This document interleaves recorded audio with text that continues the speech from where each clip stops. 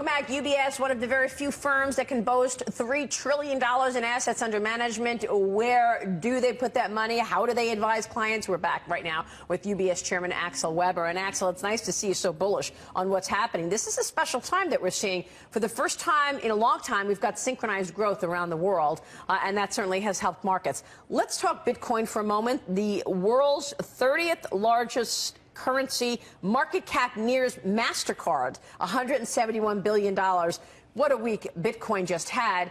Are you planning to start trading Bitcoin at UBS? No, we're not. And I'm one of the few that has been quite skeptical about the construction of Bitcoin. I'm not skeptical at all about the underlying technology. You mean the blockchain technology? Blockchain and distributed ledger, that's going to be having a big impact on the financial industry, and it will transform trading.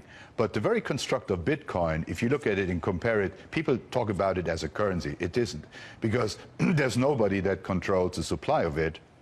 And actually, when you look beyond that, Bitcoin is not a currency in the sense that it's an accepted means of payment for everyone.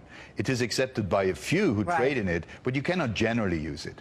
And I think for a long time it has been, too small to matter, really. Now with all the hype, it's becoming too big to ignore.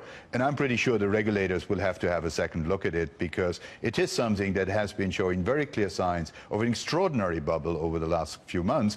There are retail investors flocking into it. And I think the regulators have to look at it more sensibly and say, is that an investment that is suitable for everyone? Because, if you talk about fund of funds in the hedge fund industry, they have a clear warning written on them. That is, you can lose all your money if you invest in this product.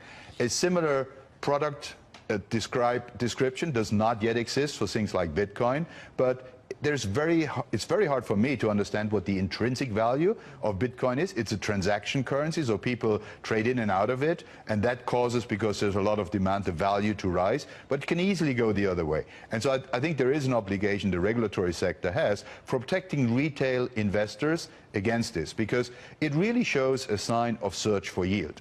Everyone looks at it not because they believe they have some true underlying value at hand, but they look at the price increases and they say, hey, have I missed a rally and should I be part of this? Yeah. And that's something where I think the regulators have an obligation to look at it more closely. This is a really important point you make, because if we were to see a heavier regulatory hand, that obviously changes the dynamic right away. But the question is, what's backing Bitcoin? I mean, the U.S. dollar is backed by the full faith and trust of the U.S. government. Exactly. What backs Bitcoin? Nothing. And that's where I think that the point comes in, and that's where I think it is not a currency, because in a currency, what limits the supply of a currency, as you said, is the central bank that stands behind it. And the value of a currency is always the supply relative to the demand for that currency. Yeah. There's no such mechanism as Bitcoin, and that's why I refuse to call it a cryptocurrency.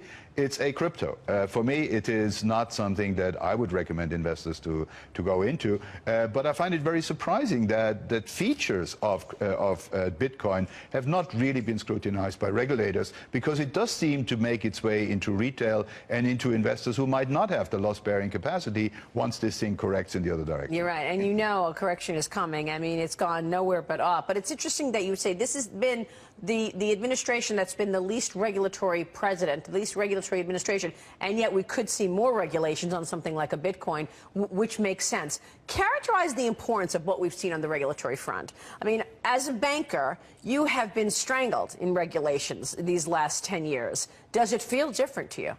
Well, definitely. And, as one of the things I do, I'm also chairman of the Institute for International Finance in Washington, D.C., which is the global lobbying group for all the banks. And we've engaged with the Basel Committee and with the governors and heads of supervision over all these years. And what is very clear is we're coming to the end point of this regulatory journey.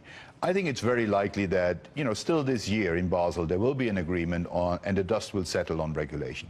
Many regulators are starting to look at the overall impact of these years of regulation and ask themselves, is actually an additional piece of regulation really worth it, or does it not limit flexibility and the ability of banks to finance growth more than it adds to stability? And I think we've come to that point.